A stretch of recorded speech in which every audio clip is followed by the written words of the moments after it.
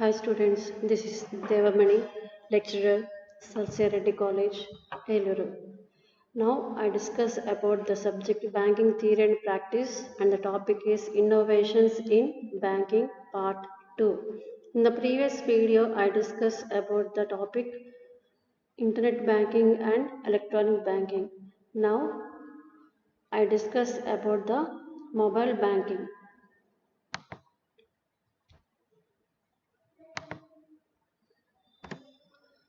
Mobile banking, also known as M-banking, it is used for performing balance checks, account transactions, payment credit applications, and other banking transactions through a mobile device such as mobile phone.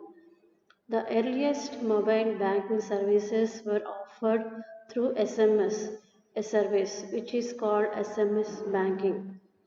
Mobile బ్యాంకింగ్ని మనం banking అని కూడా అనొచ్చు. అలాగే ఈ యొక్క mobile banking యొక్క first service ఏంటంటే ఎస్ఎంఎస్ సర్వీస్. అంటే మన దగ్గరకు ఉన్న మొబైల్ ఫోన్కి బ్యాంక్ నుంచి ఒక ఎస్ఎంఎస్ వస్తుంది అనమాట. అది ఫస్ట్ మొబైల్ సర్వీస్. అలాగే దాని తర్వాత మొబైల్ బ్యాంకింగ్లో వేరియస్ సర్వీసెస్ ప్రొవైడ్ చేస్తారు బ్యాంకింగ్ వాళ్ళు. అవి ఏంటంటే బ్యాలెన్స్ చెక్ చేసుకోవటం, అకౌంట్స్ ట్రాన్సాక్షన్స్ చేసుకోవటం, అలాగే పేమెంట్స్ చేయడం, అలాగే క్రెడిట్ అప్లికేషన్స్ అంటే లోన్స్ తీసుకోవాలన్నా కూడా మొబైల్ బ్యాంకింగ్ ద్వారా లోన్స్ తీసుకోవచ్చు. అలాగే ఇంకా ఇతర బ్యాంకింగ్ ట్రాన్సాక్షన్స్ అన్నీ కూడా మొబైల్ బ్యాంకింగ్తో చేసుకోవచ్చు అనమాట. సో ఇది మొబైల్ బ్యాంకింగ్. అలాగే మొబైల్ బ్యాంకింగ్ యొక్క services. First one, information relating the support. In this we have status of request for credit, including mortgage approval and insurance coverage. First point ఏంటంటే credit loan supply చేస్తే ఆ credit loan యొక్క status అనేది తెలుసుకోవడానికి కూడా mobile banking ద్వారా తెలుసుకోవచ్చు. అలాగే లోన్స్ అప్రూవల్ అయిందా లేదా కూడా తెలుసుకోవడానికి మొబైల్ బ్యాంకింగ్ మనం యూజ్ చేసుకోవచ్చు. అలాగే ఇన్సూరెన్స్ కవరేజ్, ఇవన్నీ కూడా మొబైల్ బ్యాంకింగ్ ద్వారా మనం ఈ యొక్క ఇన్ఫర్మేషన్ అంతా కూడా తెలుసుకోవచ్చు అనమాట. Second one, check books and cards request. So check book request చేయడానికి లేదంటే చెక్ బుక్ని చెక్ చేసుకోవడానికి, అలాగే డెబిట్ కార్డ్ కానీ క్రెడిట్ కార్డ్ కానీ దాని యొక్క రిక్వెస్ట్ కానీ అది ఎలా ఉంది స్టేటస్ ఏంటో తెలుసుకోవడానికి కూడా మొబైల్ బ్యాంకింగ్ ద్వారా మనం యూటిలైజ్ చేసుకోవచ్చు. Third one, exchange of date messages and emails including complaint submission and tracking. అలాగే ఈమెయిల్స్ కానీ కంప్లైంట్స్ కానీ ఇవన్నీ కూడా మనం మొబైల్ బ్యాంకింగ్ ద్వారా కూడా చూసుకోవచ్చు అనమాట. And fourth one is ATM location. So మనం వేరే ప్లేసెస్లో ఉంటే కనుక ఆ ప్లేసెస్లో ఏటీఎం అనేది ఏ ప్లేస్లో ఉంది తెలుసుకోవడానికి మనం మొబైల్ బ్యాంకింగ్ ద్వారా కూడా తెలుసుకోవచ్చు అనమాట. సో ఈ ఇన్ఫర్మేషన్ అంతా కూడా మనం మన మొబైల్ బ్యాంకింగ్ నుంచి తెలుసుకుంటాం. ఏంటంటే ఫస్ట్ వన్, క్రెడిట్ స్టేటస్ ఎలా ఉంది, అలాగే లోన్స్ అప్రూవల్ ఎలా ఉంది, అలాగే ఇన్సూరెన్స్ కవరేజ్ అనేది కూడా చూసుకోవడానికి మొబైల్ బ్యాంకింగ్ని ఉపయోగించుకుంటాం. Second one, check books and cards request. అంటే చెక్ బుక్స్ గురించి, డెబిట్ కార్డ్ క్రెడిట్ కార్డు గురించి కూడా ఎలా ఉంది స్టేటస్ ఎలా ఉంది కూడా మొబైల్ బ్యాంకింగ్ ద్వారా తెలుసుకుంటాం. థర్డ్ వన్ ఏంటి, ఈమెయిల్స్ కానీ మెసేజెస్ కానీ, అలాగే మనం ఏదైనా కంప్లైంట్ ఇస్తే ఆ కంప్లైంట్ ఎలా ఉంది అనేది కూడా మొబైల్ బ్యాంకింగ్ ద్వారా తెలుసుకోవచ్చు. ఫోర్త్ వన్ ఏంటి, ఏటీఎం లొకేషన్. సో మనం వేరే ప్లేస్లో ఉంటే కనుక ఆ ప్లేస్లో ఏటీఎం అనేది ఎక్కడ ఉందో తెలుసుకోవాలంటే మొబైల్ బ్యాంకింగ్ యూజ్ చేసుకుని సో ఏటీఎం లొకేషన్ అనేది తెలుసుకుంటాం అన్నమాట. Second one, information relating to bank account. First one, mini statement and checking of account history. So 2-3 months యొక్క మన బ్యాంకింగ్ స్టేట్మెంట్ అనేది తెలుసుకోవాలన్నా కూడా మొబైల్ బ్యాంకింగ్ ద్వారా తెలుసుకోవచ్చు. అలాగే మన అకౌంట్ యొక్క డేటా హిస్టరీ అంతా కూడా మొబైల్ బ్యాంకింగ్ ద్వారా కూడా మనం తెలుసుకోవచ్చు. అలాగే అలర్ట్ మెసేజెస్, అది యాక్టివ్గా ఉందా లేదా, ఇన్యాక్టివ్గా ఉందా లేదా. అలాగే టర్మ్ డిపాజిట్ గురించి. సో టర్మ్ డిపాజిట్స్ ఉంటే కనుక పీరియడ్ ఎంత ఉంది, ఇంకెంత టైం పీరియడ్ అనేది కూడా తెలుసుకోవచ్చు అనమాట. అలాగే లోన్ స్టేట్మెంట్స్, అలాగే access to card statements, insurance గురించి, పెన్షన్ గురించి, అలాగే చెక్స్ అనేది ఒకవేళ చెక్ కనుక ఇష్యూ చేస్తే ఎవరికైనా ఆ చెక్ అనేది స్టాప్ చేయాలనుకున్నాం అనుకోండి, సో మొబైల్ బ్యాంకింగ్ ద్వారా ఆ చెక్ని మనం స్టాప్ చేయొచ్చు. అలాగే బ్యాలెన్స్ చెక్ చేసుకోవచ్చు. అలాగే ట్రాన్సాక్షన్స్ అన్నీ కూడా రీసెంట్ చేసుకోవడానికి మనం ఈ యొక్క మొబైల్ బ్యాంకింగ్ని మనం ఉపయోగించుకుంటాం. Third one, information relating to payments, deposits, withdrawals and transfers. So ఈ యొక్క మొబైల్ బ్యాంకింగ్ ద్వారా మనం డొమెస్టిక్ ట్రాన్స్ఫర్ కానీ ఇంటర్నేషనల్ ట్రాన్స్ఫర్స్ అనేది కూడా ఉపయోగించుకుంటాం. అలాగే మొబైల్ రీఛార్జ్ చేసుకోవటం, కరెంటు బిల్లు కానీ నెట్ బిల్లు కానీ ఇంకా ఇలాంటివన్నీ కూడా మొబైల్ బ్యాంకింగ్ ద్వారా చేసుకోవచ్చు. అలాగే withdrawals at banking agent, deposits at banking agent. So banking agent కనుక మనీ డిపాజిట్ చేసినా విత్డ్రాల్ చేసినా అది ప్రాసెస్లో ఉందా లేకపోతే దాని యొక్క స్టేటస్ అనేది ఎలా ఉందో తెలుసుకోవడానికి మనం మొబైల్ బ్యాంకింగ్ ద్వారా తెలుసుకోవచ్చు అనమాట. సో ఇవి మొబైల్ బ్యాంకింగ్ గురించి అనమాట. Next one, electronic fund transfer, EFT అంటారు. So electronic fund transfer. So ఈ యొక్క ఈఎఫ్టీ అనేది ఒక సిస్టమ్. సో ఈ యొక్క సిస్టమ్ ద్వారా ఏంటంటే it is used to transfer of funds instantly in the same city, between cities and countries. అంటే ఈఎఫ్టీ సిస్టమ్ ద్వారా మనీ అనేది ట్రాన్స్ఫర్ చేసుకోవడానికి అవకాశం ఉంటుంది అన్నమాట. సో ఈ యొక్క మనీ అనేది సేమ్ సిటీలో ట్రాన్స్ఫర్ చేసుకోవచ్చు, లేదంటే ఒక సిటీ నుంచి ఇంకో సిటీస్, లేదంటే ఒక కంట్రీ నుంచి ఇంకో కంట్రీకి కూడా మనీ ట్రాన్స్ఫర్ చేసుకోవచ్చు. అది కూడా ఈఎఫ్టీ సిస్టమ్ ద్వారా. అలాగే ఈ యొక్క ఈఎఫ్టీలో మనకి ఆర్టీజీఎస్ అండ్ ఎన్ఈఎఫ్టీ అనేది 2 సర్వీసెస్ ఉంటాయి అన్నమాట. సో ఆర్టీజీఎస్ అంటే రియల్ టైమ్ గ్రాస్ సెటిల్మెంట్స్, అలాగే నెఫ్ట్ అంటే national fund transfer services. So ఈ యొక్క 2 సర్వీసెస్ కూడా మనీని ట్రాన్స్ఫర్ చేయడానికి, అలాగే ఒక బ్రాంచ్ నుంచి ఇంకో బ్రాంచ్కి మనీ ట్రాన్స్ఫర్ చేయడానికి, అలాగే ఒక బ్యాంక్ నుంచి ఇంకో బ్యాంక్కి మనీ ట్రాన్స్ఫర్ చేసుకోవచ్చు. అలాగే ఒక కంట్రీ నుంచి ఇంకో కంట్రీకి కూడా ఈ యొక్క సర్వీసెస్ ద్వారా మనీ అనేది ఈజీగా ట్రాన్స్ఫర్ చేయడానికి అవకాశం ఉంటుంది అనమాట. సో మనం ఫస్ట్ ఈఎఫ్టీ యొక్క స్కీమ్స్ ఏంటో చూద్దాం ఇక్కడ. First one, real time gross settlement services. So real time gross settlement సర్వీసెస్లో మనకి ఏ ఫ్యూచర్స్ ఉన్నాయో చూద్దాం. First one, a system to promote e payment and paperless banking. So ఈ యొక్క ఆర్టీజీఎస్ ద్వారా ఏంటంటే ఈ పేమెంట్ అనేది చేసుకోవచ్చు, అలాగే పేపర్లెస్ ట్రాన్సాక్షన్స్ అనేది కూడా జరుగుతాయి. సో మనం బ్యాంక్కి వెళ్తే అప్లికేషన్ ఇస్తారు, అకౌంట్ ఓపెన్ చేయాలంటే అప్లికేషన్ ఇస్తారు, అప్లికేషన్ ఫిలప్ చేయాలి, ఫొటోస్ పెట్టాలి, సైన్స్ చేయాలి, ఇవన్నీ ఉంటాయి అన్నమాట. సో ఆ ప్రొసీజర్ అంతా లేకుండా పేపర్లెస్ ట్రాన్సాక్షన్ చేసుకోవచ్చు. ఆన్లైన్లో మనం అకౌంట్ అనేది చేసుకోవచ్చు, అలాగే ఆన్లైన్లో పేమెంట్ అనేది కూడా చేసుకోవచ్చు అనమాట ఈ యొక్క ఆర్టీజీఎస్ సర్వీస్ ద్వారా. Second one, funds of ₹1 lakh and above of corporate and retail customers are eligible for transfer under the scheme. అంటే ఆర్టీజీఎస్ స్కీమ్ ద్వారా ఏ కార్పొరేట్ పర్సన్స్ అయినా లేదంటే రీటైల్ కస్టమర్స్ వాళ్ళు ఎలిజిబుల్ అనమాట ట్రాన్స్ఫర్ చేసుకోవడానికి.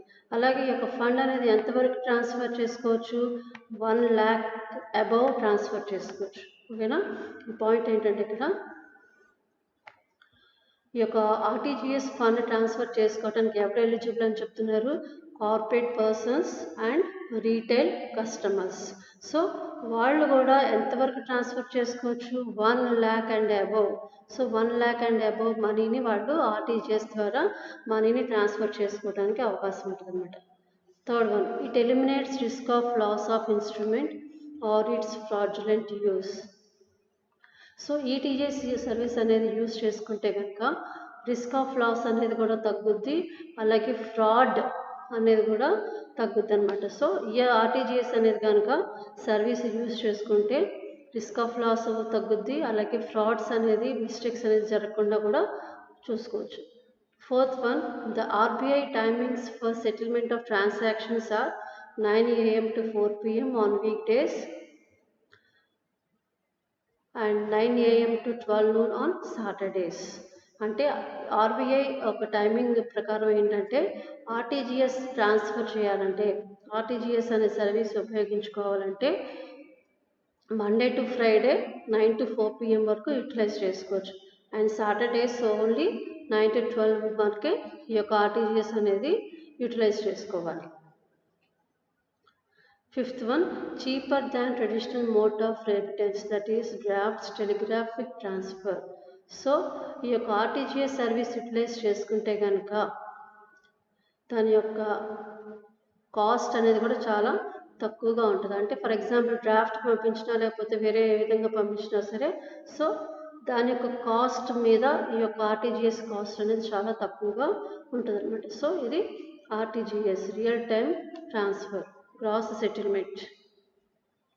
And the next one is National Electronic Fund Transfer Service. So ఈ యొక్క scheme యొక్క ఫ్యూచర్స్ ఏంటో చూద్దాం. First one, a system to promote e-payment and paperless banking with no minimum or maximum limit. ఇందాక చెప్పుకున్న ఆర్టీజీఎస్లో మనం అక్కడ మనీ అనేది 1 lakh అండ్ అబవ్ అనేది చెప్పుకున్నాం. కానీ ఇక్కడ నేషనల్ ఎలక్ట్రానిక్ ఫండ్ ట్రాన్స్ఫర్ నెఫ్ట్లో ఇక్కడ మినిమం అమౌంట్ మ్యాక్సిమం అమౌంట్ అనేది ఏమి ఉండదు, ఎంత అమౌంట్ అయినా సరే చేసుకోవచ్చు అనమాట. అలాగే ఈ payment paper. Second one, facility available to both retail and corporate clients. ఈ యొక్క నెఫ్ట్ సర్వీస్ అనేది రీటైల్ కస్టమర్స్కి అలాగే కార్పొరేట్ క్లయింట్స్ కూడా ఉపయోగించుకోవచ్చు. Third one, ensures remittance of funds on the same day. అంటే ఇక్కడ దీంట్లో నెఫ్ట్ ద్వారా ఏంటి ఫెసిలిటీ అంటే సేమ్ డేనే ఫండ్ అనేది ట్రాన్స్ఫర్ అవుతుంది, సేమ్ డేనే ఫండ్ ట్రాన్స్ఫర్ అవుతుంది. Fourth one, eliminates risk of loss of instrument or its fraudulent use. ఈ యొక్క నెఫ్ట్ సర్వీస్ ద్వారా రిస్క్ ఆఫ్ లాస్ అనేది ఉండదు, అలాగే ఫ్రాడ్స్ కానీ మిస్టేక్స్ కానీ జరగడం అనేది ఉండదు. Fifth one, cheaper than traditional mode of remittance, that is drafts telegraphic transfer. Already చెప్పాను ఇది. ఈ యొక్క నెఫ్ట్ సర్వీస్ కనుక ఉపయోగించుకుంటే ఫండ్ అనేది ఈజీగా ట్రాన్స్ఫర్ అవుతుంది విత్ ద మినిమం కాస్ట్. అంటే డ్రాఫ్ట్ కనుక పంపించామనుకోండి ఆ ఛార్జ్ కంట నెఫ్ట్ ద్వారా పంపిస్తే కనుక ఆ ఛార్జ్ అనేది చాలా తక్కువగా ఉంటుంది అనమాట. సో ఇది electronic fund transfer. So electronic fund ట్రాన్స్ఫర్లో మనకి 2 మెథడ్స్ ఉన్నాయి, RTGS and NEFT. Okay, next one, requirements for effecting RTGS and NEFT transactions. RTGS కానీ నెఫ్ట్ కానీ ట్రాన్సాక్షన్స్ చేయాలంటే ఏం రిక్వైర్మెంట్ కావాలి? First one, beneficiary's name and complete account number.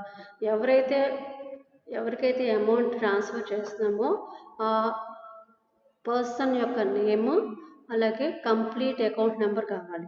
First one అది. Second one ఏంటి? Name of the bank, IFSC code of the bank, where funds to be remitted. అంటే ఏ బ్యాంక్కి మనం ఫండ్ ట్రాన్స్ఫర్ చేస్తున్నామో అలాగే ఆ బ్యాంక్ యొక్క ఐఎఫ్ఎస్సి కోడ్ కూడా కంపల్సరీగా కావాలి. సో ఈ 2 పాయింట్స్ కనుక ఉంటే కనుక ఆర్టీజీఎస్ కానీ నెఫ్ట్ కానీ ట్రాన్సాక్షన్స్ చేయడానికి ఉపయోగించుకోవాలి. ఓకే, సో ఇది. Next one, of sure banking. Of sure banking may be defined as a bank situated outside the country of residence of the depositors. Offshore banks are located in a low tax jurisdiction that offer financial benefits. Offshore banking అనేది outside the కంట్రీలో situated start చేస్తారన్నమాట. So వేరే కంట్రీలో start చేసిన bank అనమాట. వేరే కంట్రీలో resident ఎవరైతే ఉన్నారో ఆ రెసిడెంట్స్ వాళ్ళకి ఈ యొక్క ఆఫ్షోర్ బ్యాంకింగ్ అనేది ఉపయోగించుకుంటారు. అలాగే ఈ యొక్క ఆఫ్షోర్ బ్యాంకింగ్ అనేది అన్ని ప్లేసెస్లోనూ ఓపెన్ చేయాలి. ఎక్కడ ట్యాక్స్ అయితే తక్కువగా ఉంటుందో, ఏ ప్లేస్లో ట్యాక్స్ అయితే తక్కువగా ఉంటుందో ఆ ప్లేస్లోనే ఈ యొక్క ఆఫ్షోర్ బ్యాంకింగ్ అనేది ఉంటుందన్నమాట. For example London based bank అంటే లండన్కి సంబంధించిన ఒక bank which is located in India. అంటే వేరే కంట్రీ యొక్క బ్యాంక్ ఇక్కడ సిచ్యువేషన్ చేశారన్నమాట, ఇక్కడ లొకేట్ చేశారన్నమాట. సో అటువంటి బ్యాంక్ని ఏమంటారు అంటే ఆఫ్షోర్ బ్యాంకింగ్. మళ్ళీ ఎగ్జాంపుల్ చెప్తాను చూడండి. లండన్ బేస్డ్ బ్యాంక్ అంటే లండన్లో స్థాపించబడిన బ్యాంక్ని మన ఇండియాలో ఢిల్లీలో కనుక లొకేట్ చేస్తే కనుక సో ఆ బ్యాంక్ని ఏమంటారు అంటే ఆఫ్షోర్ బ్యాంకింగ్ అని అంటారు. Okay, a bank which is located outside the country of residence of the depositor. అలాగే ఈ యొక్క బ్యాంక్ అనేది ఎక్కడ చేస్తారు అంటే ఎక్కడైతే ట్యాక్స్ అనేది తక్కువగా ఉంటుందో ఆ యొక్క జ్యూరిస్డిక్షన్లోనే ఈ బ్యాంక్ని లొకేట్ చేయడం జరుగుద్ది. అలాగే ఈ యొక్క బ్యాంక్ యొక్క బెనిఫిట్స్ ఏంటంటే first one greater privacy, second one low or no taxation, easy access to deposits. అంటే ఈ యొక్క ఆఫ్షోర్ బ్యాంకింగ్ బెనిఫిట్స్ ఏంటంటే ప్రైవసీ అనేది ఎక్కువగా ఉంటుంది. అంటే ఒక కస్టమర్ యొక్క ఇన్ఫర్మేషన్ అనేది చాలా గోప్యంగా ఉంచుతారు, ఎటువంటి ఆ ఇన్ఫర్మేషన్ ఎవరికి కూడా పాస్ చేయడం జరగదు. సో ప్రైవసీ అనేది ఎక్కువగా ఉంటుంది. సెకండ్ వన్ ట్యాక్స్, లో ట్యాక్స్ ఆర్ నో ట్యాక్స్, అంటే ట్యాక్స్ అనేది ఉండదు లేదా చాలా తక్కువగా ట్యాక్స్ అనేది ఉంటుంది. Third one easy access to deposits. So deposit చేయాలంటే చాలా ఈజీగా చేసుకోవచ్చు అన్నమాట, దానికి ఎటువంటి రెస్ట్రిక్షన్స్ అనేది ఉండవు. Next, offshore banking accept deposits from other foreign banks and make euro currency loans but may not accept deposit from residents of the country in which it is located. ఈ యొక్క ఆఫ్షోర్ బ్యాంకింగ్ అనేది డిపాజిట్ని స్వీకరిస్తుంది. ఎవరి deposits? Other foreign banks యొక్క డిపాజిట్ని వీళ్ళు స్వీకరిస్తారు. ఈ యొక్క offshore banking అనేది డిపాజిట్స్ని స్వీకరిస్తారు. సో ఎవరి దగ్గర నుంచి డిపాజిట్ స్వీకరిస్తారు అంటే అదర్ ఫారిన్ బ్యాంక్స్ ఏవైతే ఉన్నాయో, వేరే ఫారిన్ బ్యాంక్స్ ఏవైతే ఉన్నాయో ఆ బ్యాంక్ యొక్క డిపాజిట్స్ని స్వీకరిస్తారు. అలాగే బ్యాంక్ యొక్క ఆఫ్షోర్ బ్యాంక్ అనేది లోన్స్ కూడా ప్రొవైడ్ చేస్తారు. ఓన్లీ యూరో కరెన్సీ లోన్స్, అంటే యూరో కరెన్సీ లోన్స్ మటుకే ప్రొవైడ్ చేస్తారు. అలాగే ఈ యొక్క ఆఫ్షోర్ బ్యాంకింగ్ రెసిడెంట్స్ ఎవరైతే ఉన్నారో ఆ రెసిడెంట్స్ దగ్గర నుంచి ఎటువంటి డిపాజిట్స్ని స్వీకరించరు. అంటే ఈ యొక్క ఆఫ్షోర్ బ్యాంకింగ్లో ఎక్కడైతే లొకేట్ చేస్తారో అక్కడి రెసిడెంట్స్ వాళ్ళ యొక్క డిపాజిట్స్ని వీళ్ళు స్వీకరించరు అనమాట. అది offshore banking. Next one ATM, automated teller machine, ATMs. So ఈ యొక్క ఏటీఎంస్ అనేది ప్రతి ఒక్కరికి ఒక అవగాహన అనేది ఉంటుంది కంపల్సరీగా. సో ఒకసారి మళ్ళీ చెప్తాను. ATMs are designed to perform banking activities like accepting deposits, withdrawals of money, transfer of money, etc. without any human interaction. ATMs serve the customers of our bank all 24 hours in a day, 7 days in a week and 365 days in a year. Okay. Banking activities ఏవైతే చేస్తాయో, bank తమ యొక్క activities ఏవైతే ఉన్నాయో same activities ATM machines perform చేస్తుంది. So bank activities ఏంటి? డిపాజిట్లు స్వీకరిస్తుంది, money కూడా విత్డ్రాల్ చేసుకోవచ్చు, మనీని ట్రాన్స్ఫర్ చేసుకోవచ్చు. సేమ్ యాక్టివిటీస్ ఏటీఎం కూడా చేస్తుంది వితౌట్ ఎనీ హ్యూమన్ ఇంటరాక్షన్. అంటే బ్యాంక్ ఎంప్లాయీస్తో ఇంటరాక్ట్ అవ్వకుండా సో కస్టమరే తమ యొక్క ట్రాన్సాక్షన్స్ అనేది చేసుకోవచ్చు.